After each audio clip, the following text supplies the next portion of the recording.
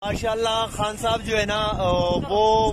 बड़ी देर बाद high court से अंदर से निकल चुके हैं और अल्हम्दुलिल्लाह जैसे हम अपने नेब कोर्ट से जैसे हम खान साहब को लेके आए थे इंशाअल्लाह ताला अल्लाह के फजलो करम से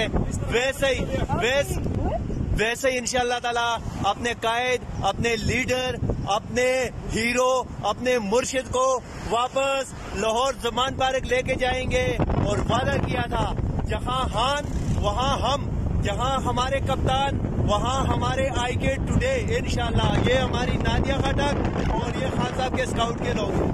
ये देखो माशाल्लाह, ये देखो मुझे बड़ा जोर से झटका लगा है लेकिन इंशाल्लाह खान साहब के लिए